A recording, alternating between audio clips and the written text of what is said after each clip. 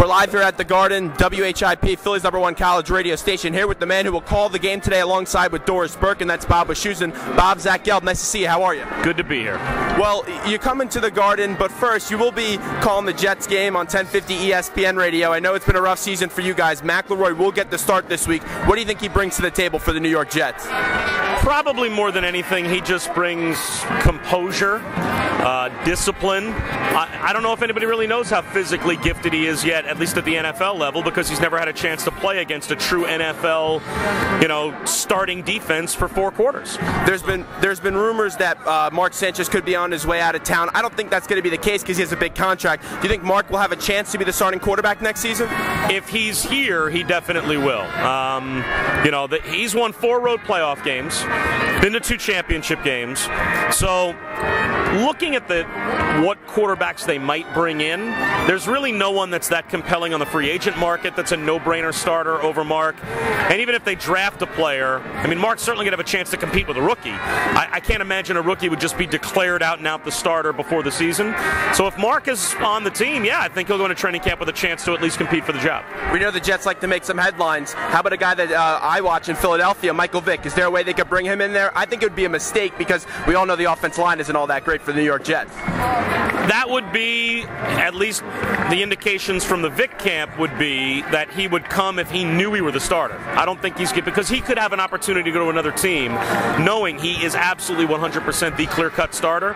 If the Jets brought him in, you'd almost have to assume it's because they were removing Sanchez from the roster. And as you mentioned with the contract, I don't know how likely that is. So you're not going to have 2 quarterbacks on the roster both making $10 million each.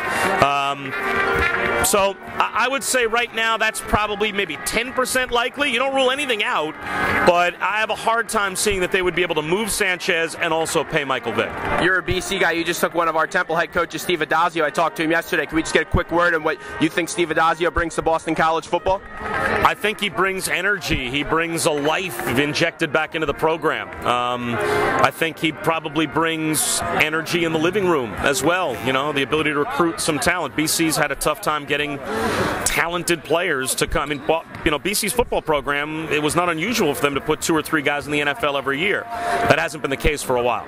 We're talking about Wischusen at the Garden. Temple plays Syracuse today. Let's get to that game. And you see this Temple team, their one place where they really struggled this year has been defending the big man down low. Delaware is a game that stands out to me where Jamal Hagan's had almost 30 points. The Towson game, their players went off, and then also Duke with Mason Plumlee, one of the best players in the country. Today, Syracuse does have some big men. How do you think Temple fares down low? They need to hit shots from the outside. I don't know, with the way that Syracuse brings athletes at you, the width of that zone, that there are too many teams, and certainly not Temple, in the country that has the size to pound it down inside against Syracuse. They're too big, they're too long, they're too athletic.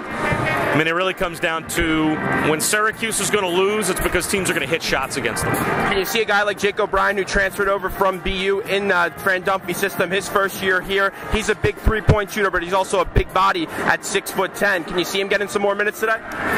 You have to bring a wave of big bodies against Syracuse to have any kind of a chance on the backboards as well. So if you have a big man that's got some athleticism, he's going to get minutes when you play against Syracuse. You see Scooty Randall and Khalif Wyatt. Those are the 2 main scorers for the Temple Owls. They've been struggling as of late. Can they get out of that funk today? How do you see those 2 players going up against the Syracuse guards? It's hard to get out of a funk if you're in a funk shooting the basketball against this zone.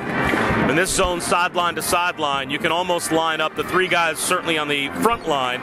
They can almost go fingertip to fingertip and go sideline to sideline. So you have to, I think, get smart dribble penetration and kicks to find shooters. And then once those guys, every time you get an open look, you need to knock it down. This Temple team, they shoot a lot of threes. Dalton Pepper came over from West Virginia. Jake O'Brien, who shoots the 3 ball as well. Same with Scooty Randall. Is this Temple team too reliant on the 3 ball, and could that hurt them in today's game? It might. I don't know if that's going to be the way they're going to play the entire season, especially when they hit conference play and the teams are a little less athletic and a little smaller.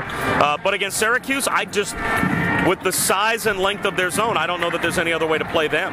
Jim Boeheim, he's been here forever at Syracuse, 900 wins. Just talk about that accomplishment. It's incredible how he's still here at this university as the way all the coaching carousel goes, and he's loyal to this school. I remember just, when I was growing up, seeing him win that championship with Carmelo Anthony and coming here as a kid for the Big East tournament. I know he's not going to be the case anymore because Syracuse is leaving the Big East, but Jim Boeheim, incredible job in his career.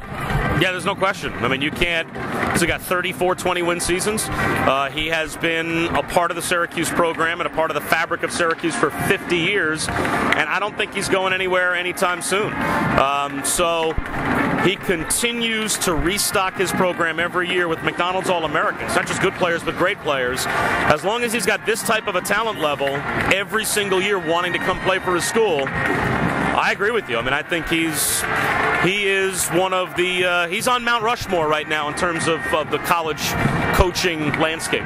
Before we let you go, this building has so much history in it, and does it ever get old as an announcer coming back to MSG and calling a game? No, I mean, I grew up watching, not only the Big East tournament from a college standpoint, but I was a Knicks fan growing up, so the fact that you're sitting at center court at the Garden calling a game doesn't get any better than that. Bob, it's great to see you. Thanks so much for the time. I appreciate it. No problem. Thanks for having me.